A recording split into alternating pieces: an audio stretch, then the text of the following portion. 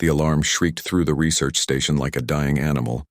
Dr. Sarah Chen pressed her face against the reinforced viewing window, watching the orange flames dance across the alien landscape below. The Zephyrian colony ships hung in the sky like metal thunderclouds, their weapons charging with an ominous blue glow. "They're targeting the nursery sectors," whispered her assistant, Marcus, his voice barely audible over the chaos erupting around them. Through the corridors she could hear the panicked voices of evacuating personnel, the heavy footsteps of security teams, and the distant rumble of explosions. Sarah's hands trembled as she clutched the datapad containing 3 years of her life's work. The Xanthari research project had been humanity's greatest scientific achievement, a breakthrough that would revolutionize their understanding of alien biology. But now, as the Zephyrian fleet prepared to glass the entire research moon, all of it would be lost. The Xanthari were unlike anything humans had encountered before. Standing nearly 12 feet tall, with chitinous exoskeletons that gleamed like black mirrors and razor-sharp claws that could slice through titanium, they were the apex predators of their home world. Their intelligence rivaled humanity's greatest minds, yet their culture was built entirely around hunting and conquest. When first contact had been established, the galactic community had trembled in fear, but Sarah had seen something different in them. During her months of study, she had observed behaviors that suggested a complex emotional intelligence hidden beneath their fearsome exterior. The way they communicated through subtle pheromone releases, the intricate social hierarchies that governed their interactions, and most importantly, their fierce protective instincts toward their young. "Dr. Chen, we need to evacuate now."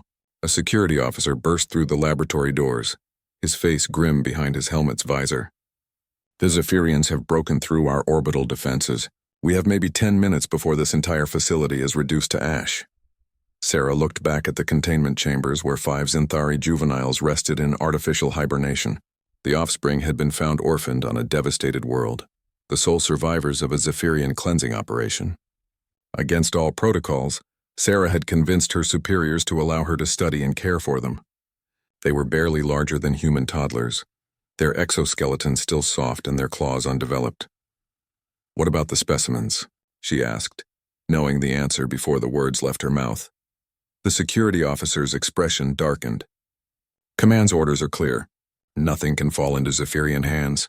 The entire facility will be sterilized before evacuation is complete." Sarah's heart raced. These weren't just specimens. Over the past months, she had watched them grow, observed their playful interactions, documented their rapid learning capabilities. They had begun to recognize her scent, would calm when she approached their chambers. In her reports, she had carefully avoided mentioning these details, knowing that Command would view any emotional attachment as a compromise to scientific objectivity. "Go," she told Marcus firmly. "Get to the evacuation shuttles." "Sarah, what are you—" "Go," she shouted, pushing him toward the door. "That's an order." As the security team moved on to the next sector, Sarah sealed the laboratory doors behind them. The emergency lighting cast eerie red shadows across the walls as she approached the containment chambers. Through the transparent aluminum, she could see the 5 young Xanthari curled together in a protective cluster, their breathing slow and steady in their induced sleep. The station shuddered as another explosion rocked the outer hull. Through the speakers, an automated voice began counting down the minutes until final evacuation. Sarah's hands moved swiftly across the chamber controls, disabling the safety locks and beginning the awakening sequence. The first juvenile to stir was the smallest of the group, a female Sarah had privately named Echo due to her habit of mimicking the sounds around her. Her large, multifaceted eyes opened, immediately fixing on Sarah with an intelligence that never failed to amaze her. A soft chirping sound emerged from her throat, a greeting Sarah had heard countless times before. One by one, the others awakened. There was Titan, the largest male whose protective instincts toward his siblings were already evident. Shadow and Phantom, 2 females who moved with an almost supernatural grace. And finally, Storm, a male whose curiosity about human technology had led to several amusing incidents during their time in captivity. As consciousness returned to them fully, their postures shifted. These were predators even in their juvenile state. Their heads swiveled toward the sealed doors, sensing the danger that permeated the station. Low growls rumbled in their throats, a sound that would have terrified most humans. But Sarah had learned to read the subtle differences in their vocalizations. This wasn't aggression, it was fear. "I know," she whispered, approaching their chamber slowly. "I know you're scared, but I'm going to get you out of here." The countdown reached 5 minutes. Sarah's fingers flew over the emergency release controls, manually overriding the system safeguards. The chamber doors hissed open, and the 5 juveniles emerged cautiously into the laboratory. Their claws clicked against the metal flooring as they moved with the fluid grace of their species, but Sarah noticed how they stayed close together, their eyes constantly scanning for threats. Echo approached her first, as she always did. The young Zenthari reached out with one delicate claw, gently touching Sarah's hand in a gesture that had taken weeks to develop. It was their version of trust, a bond that transcended the natural predator-prey relationship that should have existed between their species. The station's hull groaned under the assault of Zephyrian weapons. Time was running out. Sarah grabbed an emergency containment unit, a portable life support system designed for specimen transport. It would be cramped for 5 juveniles, but it was their only chance. "I need you to trust me," she said, knowing they couldn't understand her words but hoping they would sense her intent. "We have to leave this place, and we have to leave now." As if understanding the urgency, the juveniles moved toward the containment unit. But as they approached, Storm suddenly froze, his head tilted toward the ceiling. A low, threatening hiss escaped his throat. The others immediately responded, forming a protective circle around Sarah. Above them, the sound of metal being torn apart echoed through the station. The Zephyrians had arrived. The ceiling exploded inward with a shower of twisted metal and sparks. Through the smoking hole, 3 adult Zenthari warriors dropped into the laboratory with predatory grace. Each stood nearly 12 feet tall, their black chitinous armor gleaming in the emergency lighting. Their claws extended to full length, razor-sharp appendages that could cleave a human in half with a single swipe. Sarah's breath caught in her throat as she found herself face to face with the galaxy's most feared predators. But something unexpected happened. The 5 juveniles didn't cower or flee. Instead, they positioned themselves between Sarah and the adult warriors, their small bodies trembling but defiant. The lead warrior, his exoskeleton bearing the scars of countless battles, tilted his massive head as he observed the scene. His compound eyes focused on the juveniles, then shifted to Sarah. A sound emerged from deep within his throat, a complex series of clicks and growls that Sarah recognized as Zenthari speech echo. The smallest of the juveniles responded with her own series of vocalizations. Though Sarah couldn't understand the language, she could hear the pleading tone in the young Zenthari's voice. The other juveniles joined in, creating a chorus of desperate communication. The warrior's posture shifted slightly. His claws retracted a few inches and his head tilted further as he studied Sarah more closely. She realized he was trying to understand why a human would be protecting Zenthari young, why these juveniles would defend their supposed captor. "Please," Sarah whispered, not knowing if he could understand her words but hoping her tone would convey her meaning. "They're just children." The station shuddered again as more Zephyrian weapons struck the outer hull. The warrior's attention was momentarily diverted by the sound, and Sarah saw her chance. She slowly moved toward the emergency evacuation panel, her movements deliberate and non-threatening. Titan, the largest of the juveniles, seemed to understand her intent. He moved alongside her, his body language clearly communicating to the adult warriors that Sarah was under their protection. It was an unprecedented display of interspecies loyalty that left the warriors visibly confused. The lead warrior spoke again, his tone different now. Less aggressive, more questioning. Shadow responded, her melodic voice rising and falling in what sounded almost like a song. Sarah had observed this behavior before during her research. It was how Zenthari juveniles communicated complex emotions to adults. Through the torn ceiling, more sounds of battle echoed from the upper levels. The Zephyrian assault was intensifying, and Sarah knew that even these warriors would eventually be forced to retreat or risk being caught in the station's destruction. The warrior made a decision. He approached slowly, his massive form moving with surprising gentleness. When he reached Echo, he extended one claw and touched her forehead in what Sarah recognized as a gesture of recognition and acceptance. He repeated this with each of the juveniles, acknowledging them as his kind.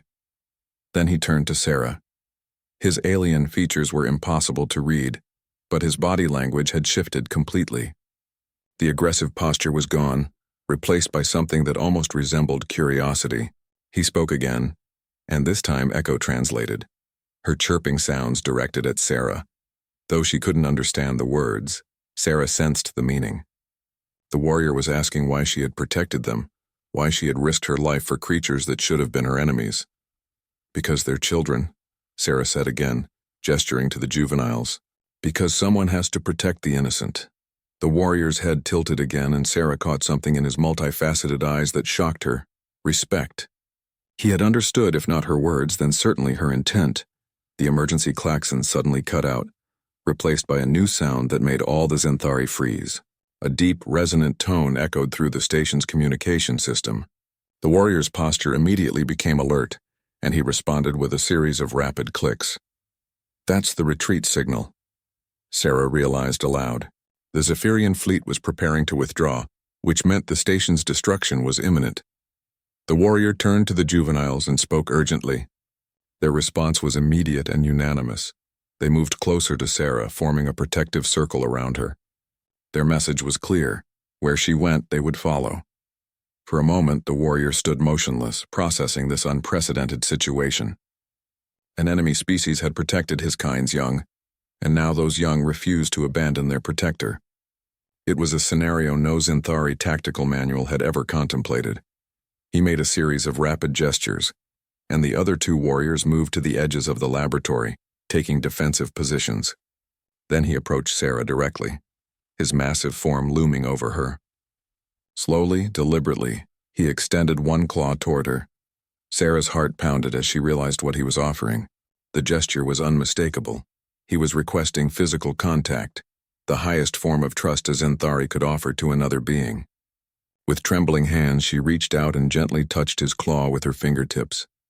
The contact lasted only a moment, but Sarah felt the significance of it. In that brief touch, she sensed the warrior's acknowledgement of her protection of his young, his recognition of her as something more than an enemy. The retreat signal sounded again, more urgently this time. The warrior stepped back and spoke to his companions. They moved to the hole in the ceiling, preparing to leave. But before departing, the lead warrior turned back to Sarah and spoke one final time. Echo translated with a series of soft chirps, and somehow Sarah understood. The warrior was giving her a choice. She could come with them, leave the doomed station under their protection, but she would have to trust them completely, place her life in the hands of creatures the galaxy considered monsters. The station lurched as another section was destroyed. Through the laboratory's windows, Sarah could see escape pods launching from the station, carrying the last of the human personnel to safety. She looked at the 5 juveniles surrounding her, their large eyes fixed on her face with absolute trust. There was no real choice to make. These young Zenthari had chosen her as their protector, and she would not abandon them now. Whatever came next, they would face it together.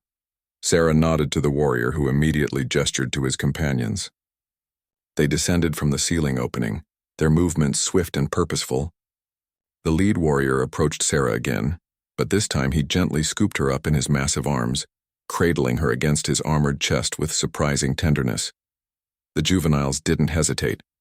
They leaped onto the warrior's back and shoulders, their claws finding purchase on his armor. As the station continued to disintegrate around them, the small group prepared to escape into an uncertain future. But as they prepared to leave, Sarah caught sight of something that made her blood run cold. Through the laboratory's main viewport, she could see the Zephyrian fleet's true target. It wasn't just the research station they intended to destroy. It was the entire human evacuation fleet. The Zenthari warrior carried Sarah through corridors of twisted metal and emergency lighting, the 5 juveniles clinging to his armored form like living decorations. Behind them, sections of the research station continued to collapse as the Zephyrian bombardment intensified. But Sarah's attention was fixed on the horror unfolding beyond the station's hull. Through shattered viewports, she watched as Zephyrian battleships moved into position around the human evacuation fleet. The civilian transports hung helpless in space, their desperate attempts at evasion proving futile against the superior alien technology. Escape pods scattered like seeds in the void, but even they were being systematically targeted. "They're going to kill everyone," Sarah whispered, her voice barely audible over the sounds of destruction. The warrior carrying her paused at an intersection, his head turning toward the nearest viewport. He followed Sarah's gaze and saw what she was seeing. His body tensed, and he spoke rapidly to his companions in the clicking Zinthari language.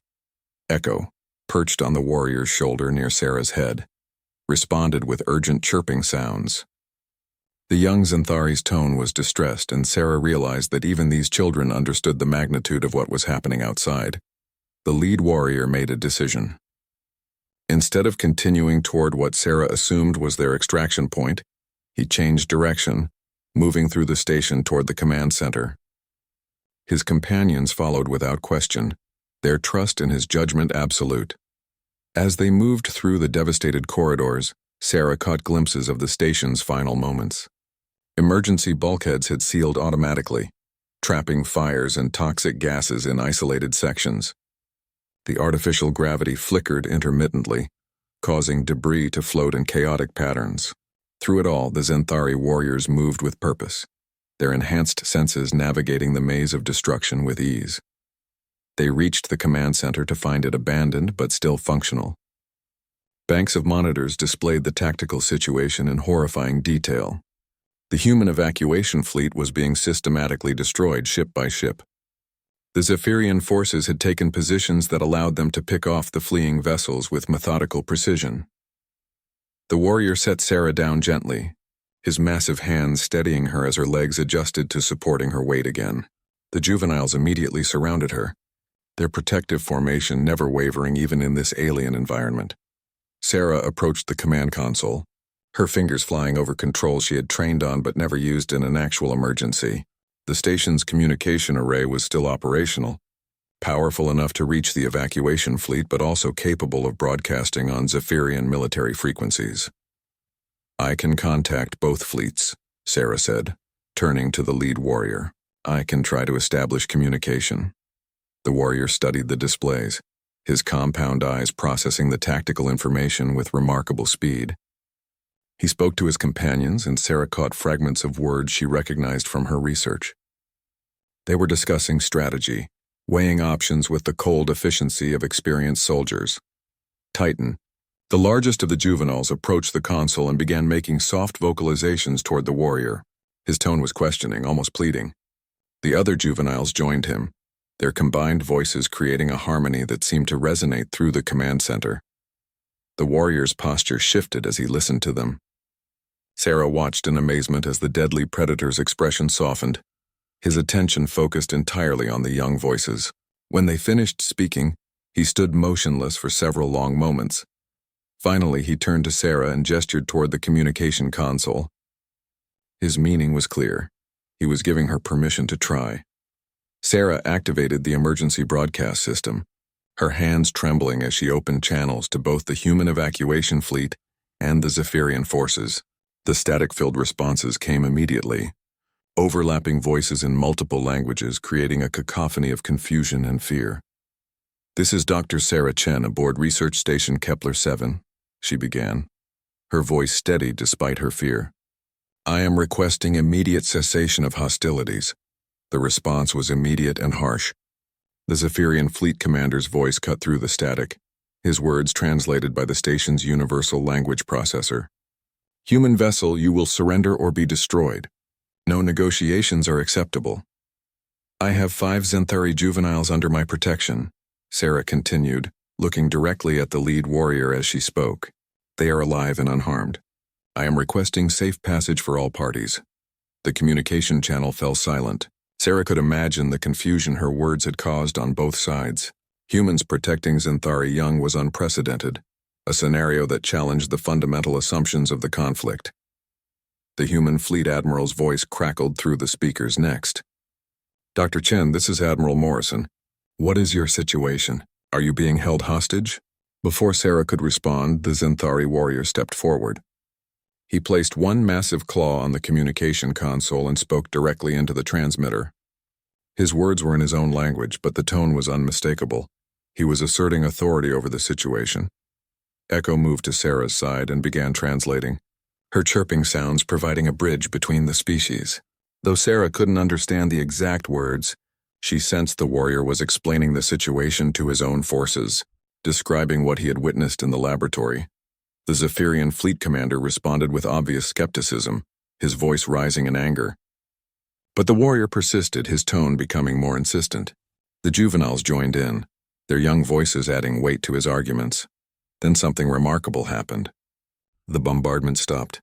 The constant rumble of explosions that had provided a deadly soundtrack to their escape suddenly ceased. Both fleets hung motionless in space, waiting for someone to make the next move. "This is impossible," Admiral Morrison's voice whispered through the speakers. "The Zephyrians have never ceased an attack once it began." Sarah looked at the tactical display and saw that the Zephyrian ships had indeed stopped firing. But they maintained their threatening positions around the evacuation fleet. It wasn't peace, it was a pause, a moment of uncertainty that could shatter at any second. The lead warrior turned to Sarah, his expression unreadable. He spoke softly and Echo translated with gentle chirps. Sarah realized he was asking her to make a choice that would determine the fate of thousands. She could request that the Zenthari forces allow the human evacuation fleet to escape in exchange for the juveniles. It would save human lives, but it would mean abandoning the young Zenthari to an uncertain fate among their own kind. Or she could propose something unprecedented, a three-way negotiation that might establish the first peaceful contact between humans and Zenthari, using the 5 juveniles as proof that cooperation was possible. The warrior was giving her the authority to speak for both sides, trusting her judgment despite every instinct that should have marked her as an enemy. The weight of that trust was almost overwhelming. Sarah took a deep breath and activated the broadcast system again. Her next words would either save thousands of lives or doom them all. "Admiral Morrison, Zephyrian Command. This is Dr. Chen.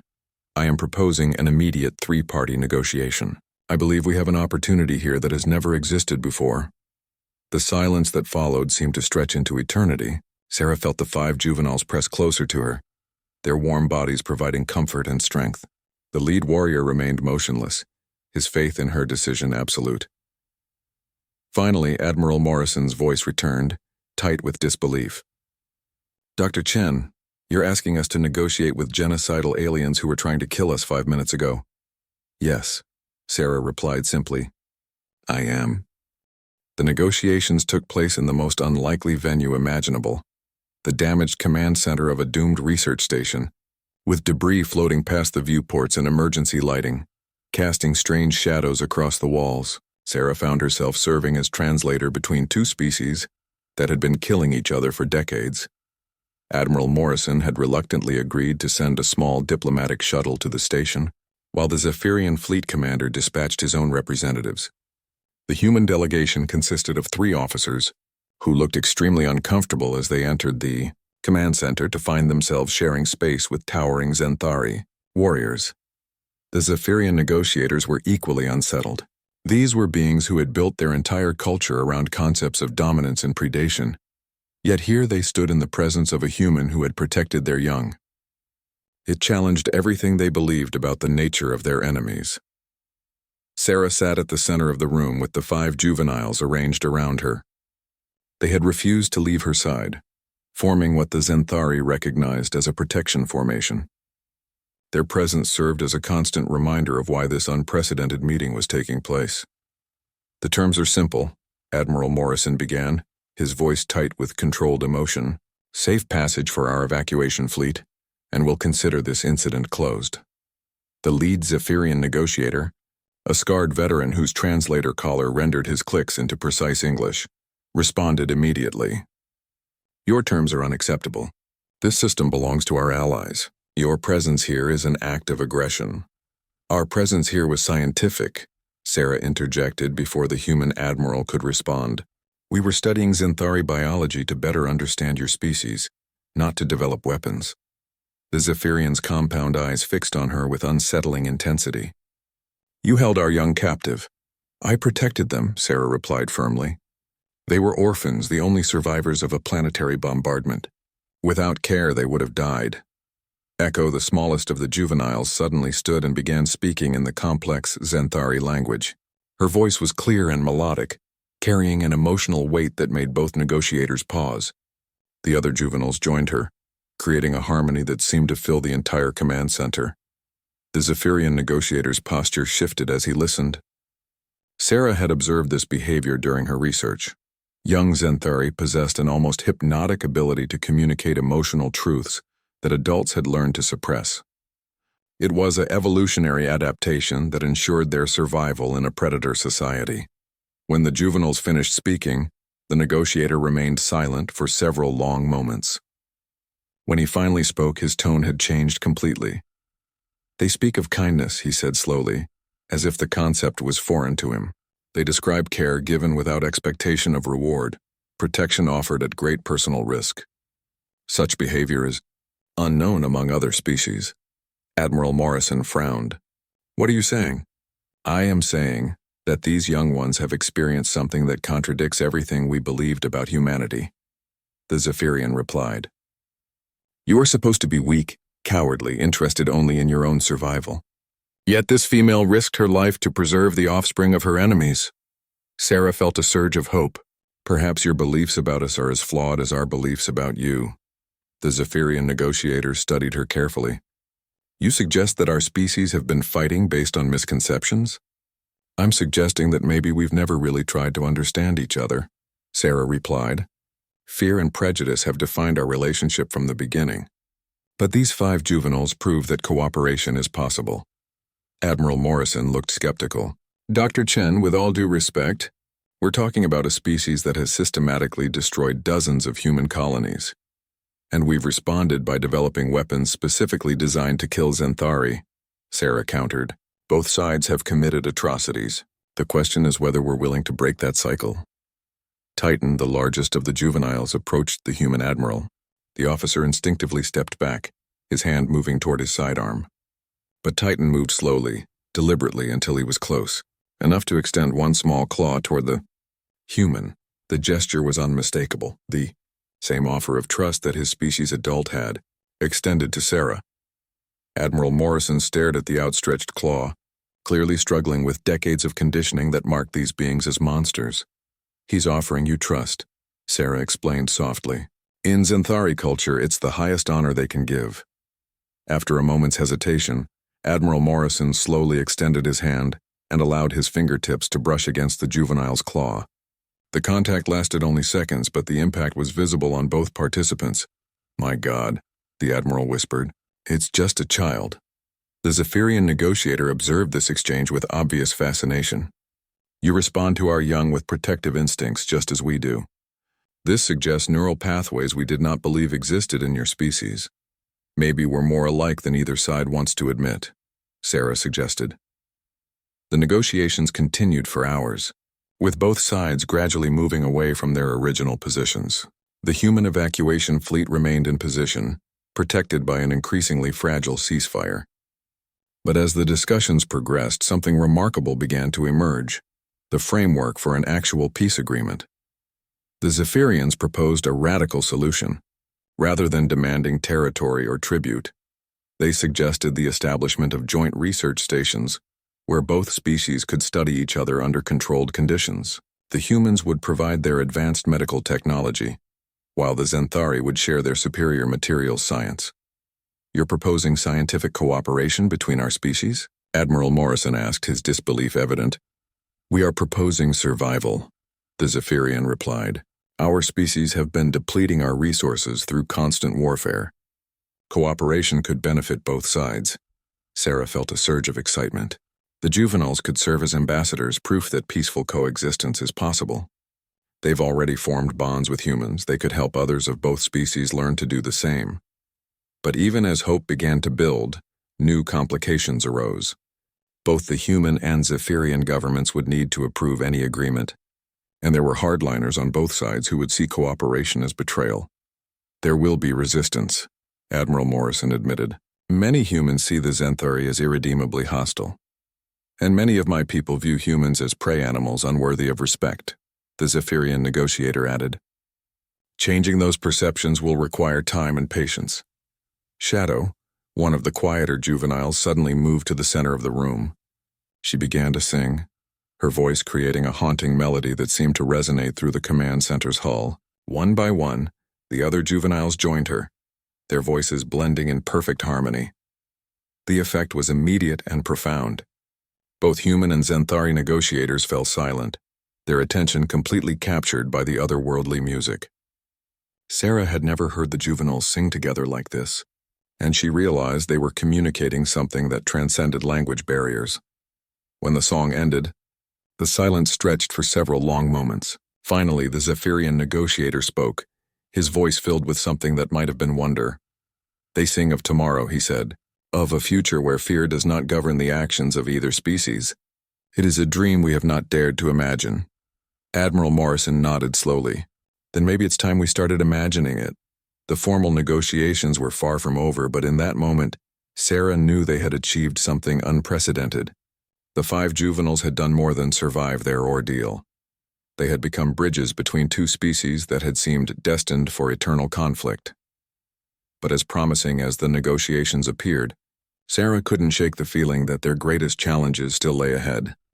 3 months after the unprecedented negotiations at Research Station Kepler 7, Sarah found herself standing in the observation deck of Harmony Station, humanity's first joint research facility with an alien species.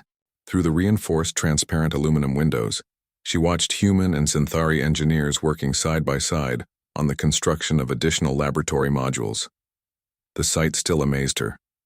Humans in environmental suits moved with careful precision, while their Xanthari counterparts used their natural strength and agility to position massive structural components. What should have been an impossible scene of cooperation had become routine in just a few short months. Behind her, the 5 juveniles that had made it all possible played in a specially designed recreation area.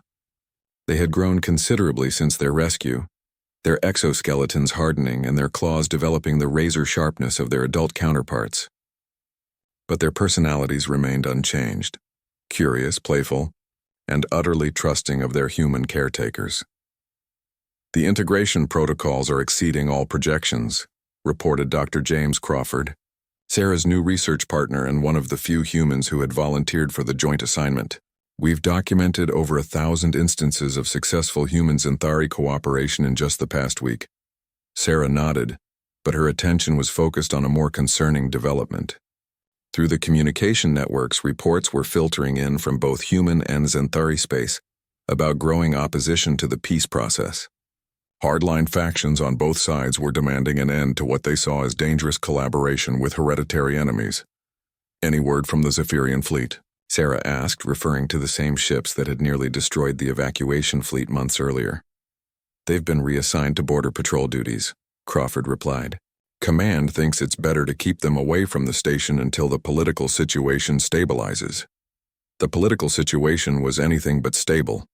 On Earth, several colonial governors had publicly denounced the peace agreement, claiming that cooperation with the Xanthari was tantamount to species betrayal.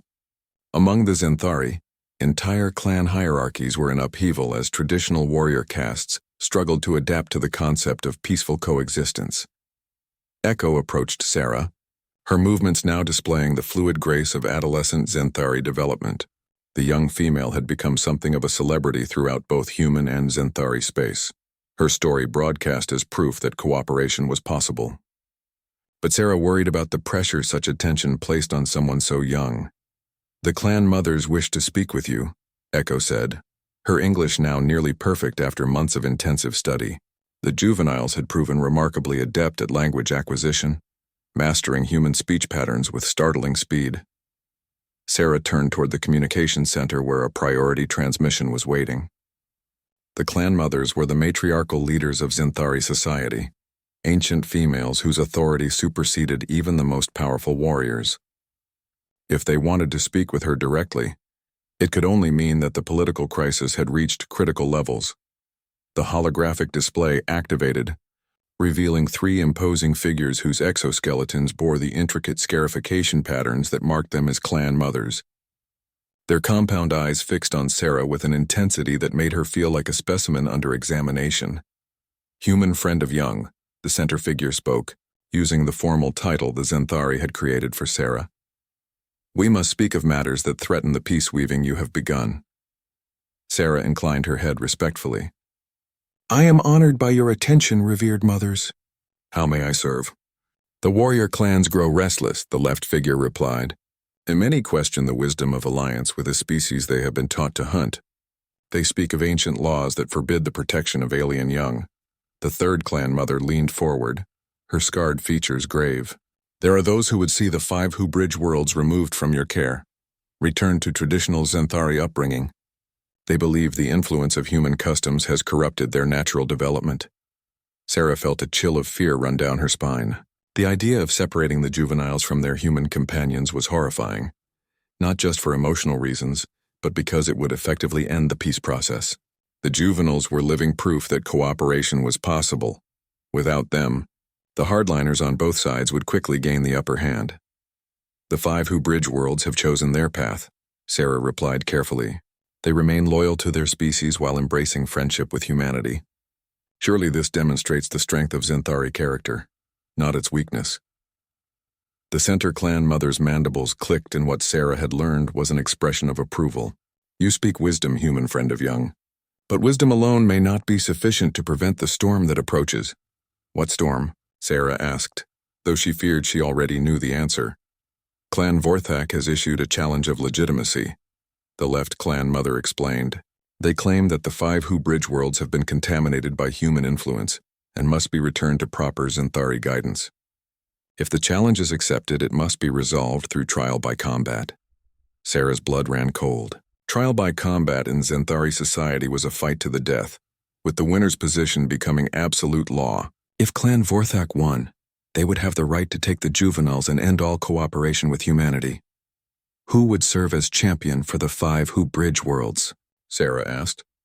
The 3 clan mothers exchanged meaningful glances before the center figure replied. According to ancient law, that right belongs to their adopted parent. In this case, that would be you, human friend of young. The words hit Sarah like a physical blow. The Xanthari were asking her to fight a trained warrior in single combat, with the lives of the juveniles and the future of human Xanthari relations hanging in the balance. It was a death sentence disguised as an honor. I am not a warrior, Sarah said quietly. I am a scientist. I cannot hope to defeat a Xanthari champion in combat. Perhaps not, the right clan mother replied. But you have something that Clan Vorthak does not. The absolute loyalty of 5 young Xanthari who would die before allowing harm to come to their chosen parent. Sarah turned to look at the juveniles, who had been listening to the conversation with growing agitation. Titan's posture had shifted into a protective stance, while Storm's claws were partially extended. Even Gentle Echo showed signs of barely controlled aggression. They would fight alongside me? Sarah asked. According to the old laws, adopted offspring have the right to defend their parent, the Center clan mother confirmed. Clan Vorthak expects to face a single human female. They are not prepared for the unity you have created. The implications were staggering. Sarah would still be fighting for her life, but she would have the assistance of 5 increasingly formidable young Xanthari. More importantly, the trial would serve as a public demonstration of the bonds that had formed between species. When must I give my answer? Sarah asked. The challenge has been issued. You have 3 days to respond, the left clan mother replied. Choose wisely, human friend of young. The future of both our species may depend on your decision. The transmission ended, leaving Sarah alone with the weight of an impossible choice. Around her, the juveniles had gathered in their protective formation, their eyes fixed on her with absolute trust. Crawford approached cautiously. Sarah, you can't seriously be considering this. It's suicide. It might be our only chance, Sarah replied, her mind racing through possibilities.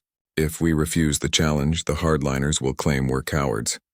If we accept and somehow win, it establishes the legitimacy of human Xanthari cooperation under their own laws. Echo moved to Sarah's side, her voice soft but determined. We will not let you face this alone, Mother of Choice. We are family, and family stands together. The word mother sent a shock through Sarah's system. In all their months together, the juveniles had never used that term. It was a Xanthari concept that carried profound meaning, indicating not just affection but absolute loyalty unto death. Sarah looked at each of the 5 young faces turned toward her, seeing in them the future of 2 species. They had already shown that cooperation was possible. Now they would have to prove that it was worth fighting for. 3 days, she whispered. We have 3 days to prepare for the most important battle in galactic history. The trial arena had been constructed in the central hub of Harmony Station, its circular design based on ancient Zenthari traditions. Representatives from both species filled the observation galleries, their tension palpable as they witnessed what many believed would be the end of the peace process. Sarah stood at the center of the arena, wearing lightweight combat armor that Crawford had somehow procured from military stores. The 5 juveniles surrounded her in their traditional protective formation, their bodies tense with anticipation. Across from them, Clan Vorthak's champion waited with predatory patience. Vexitar, the blood speaker, was everything Sarah had feared and more. Standing nearly 13 feet tall, his exoskeleton bore the ritual scarifications of countless victories, his claws extended to their full length, each one capable of penetrating human armor with ease. Most terrifying of all were his eyes, compound orbs that held nothing but contempt for the human who dared to claim kinship with Zenthari young. This is madness. Admiral Morrison's voice crackled through Sarah's comm unit. It's not too late to withdraw from this insanity. Yes, it is, Sarah replied softly, her eyes never leaving her opponent. We've come too far to turn back now. The clan mother serving as judge raised her ceremonial staff, its crystalline surface catching the arena's lights. Let all who witness understand the nature of this trial. Clan Vorthak challenges the legitimacy of the bond between the human Sarah Chen and the 5 who bridge worlds. If their champion prevails, the young ones will be returned to traditional Zenthari upbringing, and all cooperation with humanity will cease. The crowd fell silent as the implications sank in. This was more than a fight, it was the trial of an entire peace process. However, the judge continued, if the human friend of Young and her chosen family emerge victorious, the legitimacy of human Zenthari cooperation will be established under our most sacred laws. Vexitar stepped forward, his movements fluid and threatening. I have killed 17 opponents in trials such as this, he announced, his translator collar rendering his clicks into cold English. None has lasted more than 3 minutes. This human and her pets will fare no better. The word pets sent a visible shock through the juveniles. In Zenthari culture, it was the gravest possible insult, implying that the young ones had abandoned their heritage to become mere animals.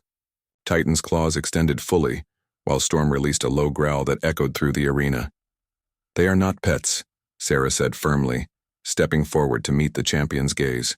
They are my family and I am theirs. That bond is stronger than any tradition or law. Vexitar's mandibles clicked in what might have been laughter. We shall see how strong your bond is when I begin peeling the flesh from your bones. The judge raised her staff higher. Let the trial begin. Vexitar moved with terrifying speed, his massive form covering the distance between them in seconds. Sarah barely had time to dodge as his claws swept through the space where her head had been moments before. The juveniles scattered according to a plan they had practiced for 3 days, each taking a position around the champion. Sarah had studied recordings of Zenthari combat for years, but experiencing it firsthand was entirely different. Vexitar fought with the fluid grace of a master predator, his attacks flowing seamlessly from one to the next. His claws left deep gouges in the arena floor wherever Sarah had been standing moments before. But the juveniles were not passive observers. As Vexitar pursued Sarah, Phantom struck from behind, her smaller claws finding gaps in his armor and drawing silver blood. The champion spun to face this new threat only to find Shadow attacking from his opposite side.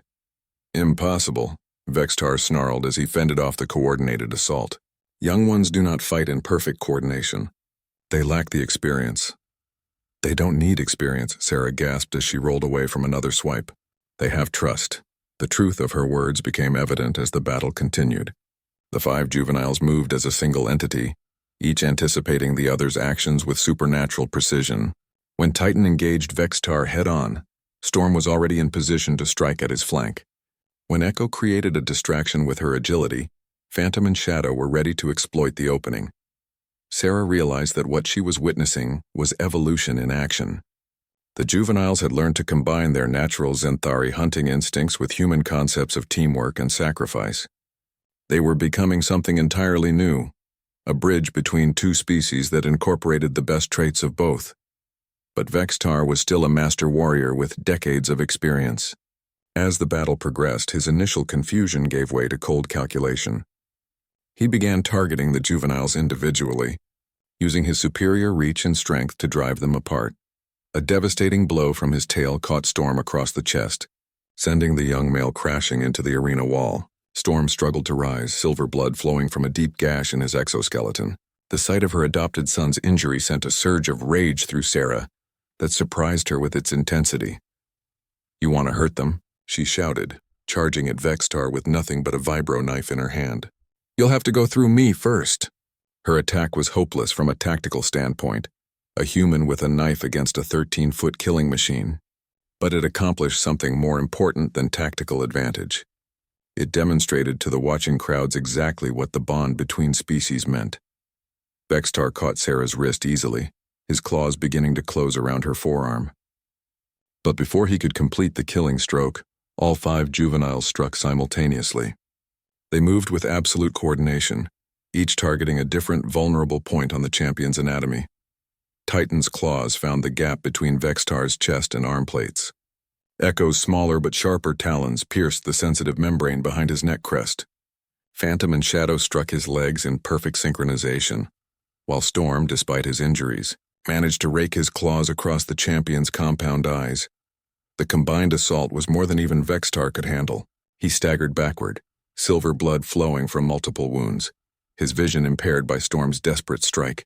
For the first time since the trial began, uncertainty flickered across his features. "This is not possible," he gasped, his translator struggling with his damaged vocal cords. "Individual combat is the foundation of Zenthari law. Pack tactics are forbidden." "We're not a pack," Sarah said, pulling herself to her feet with Echo's assistance. "We're a family, and families protect each other." The judge leaned forward in her high seat, her ancient eyes studying the scene with intense interest. "The human speaks truth. The young ones fight not as a hunting pack, but as siblings defending their chosen parent. This is unprecedented in our law."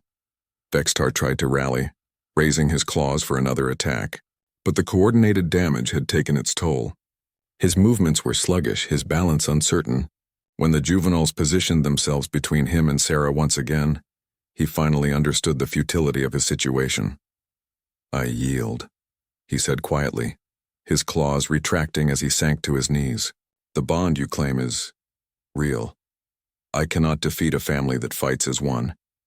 The arena erupted in chaos as representatives from both species tried to process what they had witnessed. Some cheered, others argued, but all recognized that something fundamental had changed in the relationship between humans and Zenthari. The judge struck her staff against the arena floor, the sound echoing through the hub like a gong. "The trial is concluded.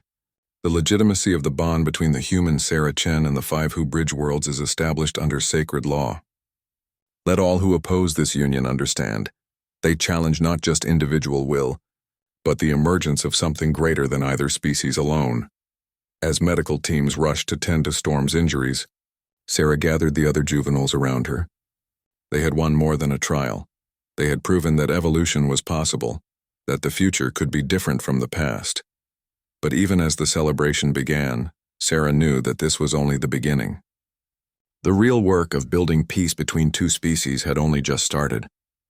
5 years after the trial that changed galactic history, Dr. Sarah Chen stood in the observation dome of New Harmony, the largest joint human Zenthari settlement in known space.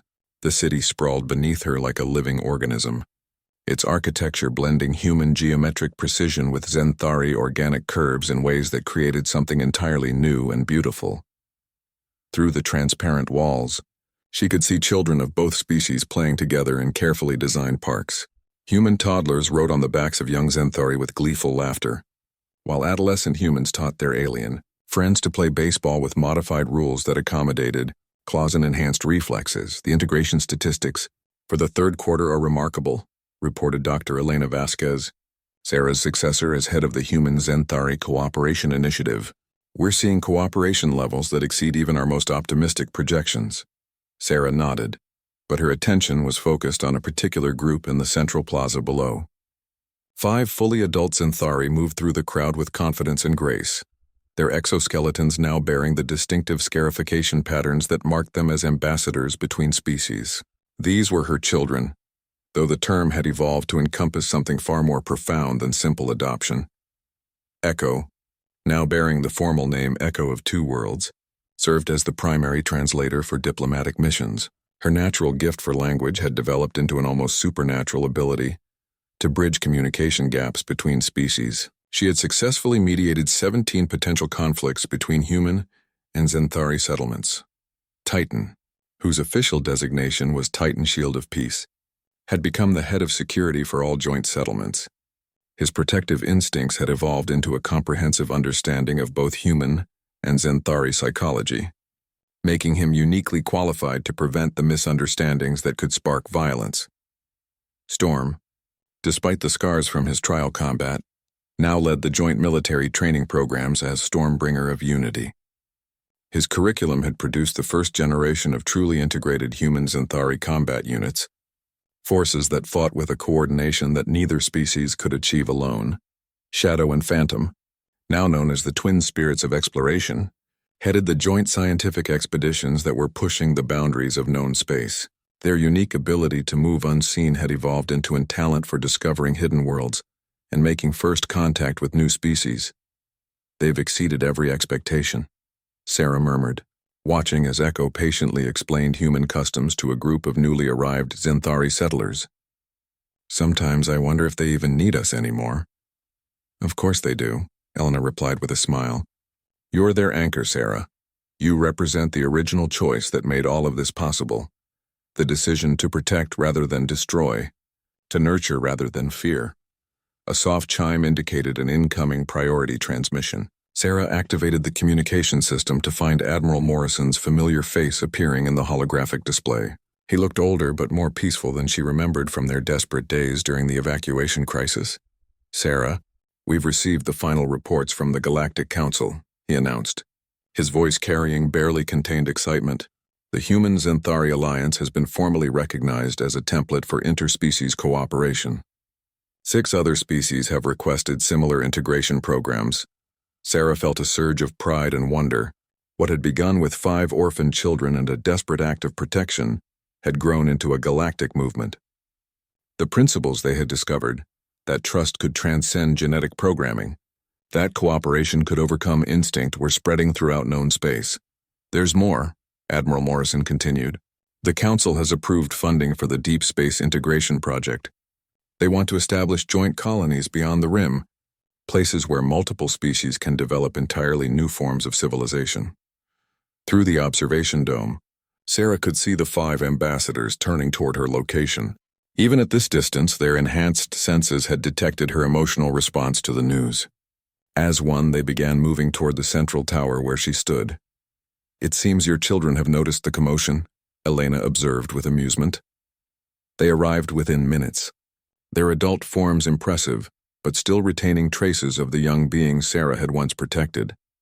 Echo approached first, her movement graceful and deliberate. "Mother of Choice," she said, using the formal title they had never abandoned. "We sense great joy in you. What news has brought such happiness?" Sarah explained the Council's decision, watching as understanding and excitement spread through the group. Their reaction was immediate and unanimous. They wanted to be part of the Deep Space Integration Project, to carry the principles they had discovered to the far reaches of the galaxy. "We have always been explorers," Titan rumbled, his voice carrying the authority of his position. "From the moment we chose to trust a human female over the fear of our elders, we have been pioneering new paths. And now we can share those paths with others," Storm added, his scars catching the light as he gestured toward the starfield visible beyond the dome. "The galaxy is vast, but connection makes it smaller." Shadow and Phantom exchanged one of their wordless communications before Shadow spoke for both. "We have mapped the hidden places between stars. Now we can map the hidden connections between hearts."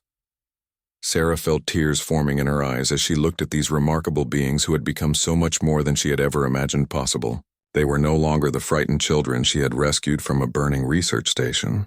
They were pioneers of a new age, architects of a future where diversity strengthened rather than divided. "There's something else," she said quietly. "The Council has asked if we would consider taking on apprentices, young beings from other species who could learn the integration principles we've developed." The response was immediate and enthusiastic. Each of the 5 ambassadors began speaking at once, their voices creating the harmonious blend that had once convinced hardened negotiators to put down their weapons. "We accept," Echo said when their impromptu chorus concluded. "As we were once guided, so shall we guide others." The chain of protection and trust continues.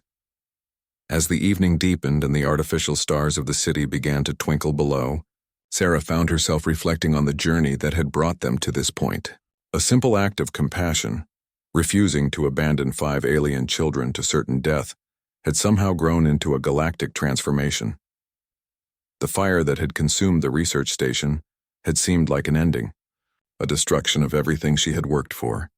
But from those ashes had emerged something unprecedented, proof that intelligence and compassion could overcome any barrier.